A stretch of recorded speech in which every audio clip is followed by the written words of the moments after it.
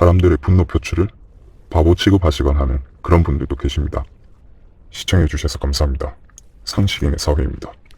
조두순 사건은 대한민국을 떠들썩하게 한 사건입니다. 범인인 조두순이 작년 12월 12일에 만기 출소하기도 했고요. 그런 만큼 시선을 끌어보려는 일부 몰지각한 사람들이 바르지 않은 정보로 선동을 하거나 주민들에게 민폐를 끼치곤 했습니다. 2009년 즈음에는 조두순 헛지목 사건이라고 조두순과 무관한 사람을 조두순으로 지목해 150여 명이 명예훼손으로 고소된 사건도 있었죠. 오늘은 상식인의 관점에서 선동 빼고 조두순 사건 관련해서 짧게 몇 가지 정리해드립니다.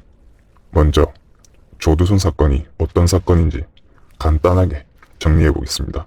이 사건은 2008년 12월 11일 조두순이 만 8세 여아를 강간하고 국부 및 장 기능을 크게 손상한 중범죄입니다. 여기서 피해자 이름은 가명이라도 언급하지 않겠습니다. 조두순은 이 사건으로 징역 12년형과 전자발찌 7년, 신상공개 5년형을 확정받고 교도소에서 복역하다 지난 2020년 12월 12일에 만기 출소하게 됩니다. 1. 뚜러뻥. 조두순 사건은 흉악범죄였고 이에 따른 가짜뉴스나 선동 또한 있었습니다. 범죄 성격상 자극적인 이야기 또한 나오기도 했고요. 그중 유명한 것은 뚜러뻥입니다. 여러분도 이런 이야기 들어보신 적 있으십니까? 조두순이 체액을 제거하기 위해 뚜러뻥을 사용해서 상해를 입혔다. 이 이야기가 정말 유명했죠. 저 또한 잘 모를 때는 정말 그런가 하고 생각하기도 했습니다. 그런데 이는 판결문이나 경찰 조서 등 어디를 찾아봐도 나오지 않는 가짜뉴스입니다. 2. 심신미약. 조두순이 주치로 인한 심신미약을 인정받고 감형을 받았죠. 조두순은 심신미약이 맞을까요? 형법 제10조를 보면 심신장애가 나옵니다. 결국 술을 먹고 의사결정 능력이 현저하게 떨어졌느냐는 문제입니다.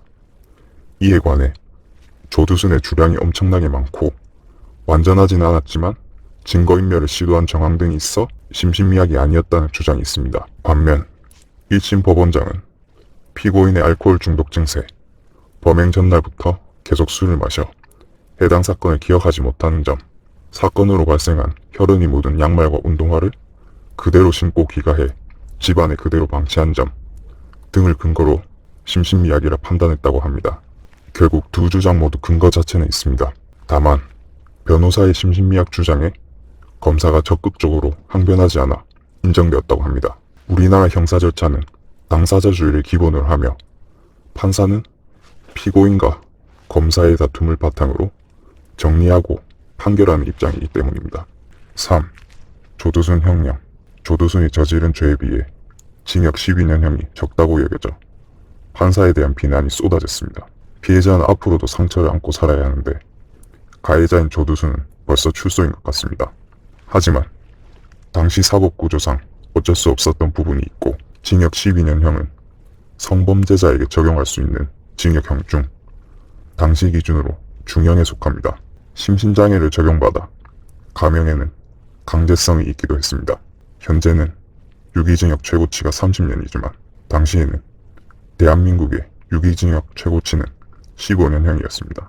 이때 사형수를 감형할 때는 10년 이상, 무기징역을 감형할 때는 7년 이상을 적용하도록 했습니다. 이것을 감안하고 본다면 조두순은 당시 기준에서는 사형수를 감형한 것에 준하는 중형을 선고받은 것입니다. 또 대법원의 양형위원회에서는 양형기준이라는 것을 정하는데 이에 따르면 당해 사건에 해당하는 권고 형량은 11년까지로 이 양형기준 또한 넘는 당시 기준으로 판사로서 내릴 수 있는 상당한 중형이라 할 수 있습니다. 4. 조두순 이중처벌. 조두순 출소 후. 조두순 사건은 끔찍한 사건이라 말씀드리기 조심스럽습니다만 이중처벌은 금지되어 있습니다. 잘못을 저지른 사람에게 그 잘못에 상응하는 벌을 내렸으면 그 후에는 불합리하게 건들지 않는 것이지요. 물론 저도 이게 합당한 벌이었다고는 생각하지 않지만 이러한 판결은 결국 법에 맞춰 이루어져야 하고 판사의 권한인 것입니다.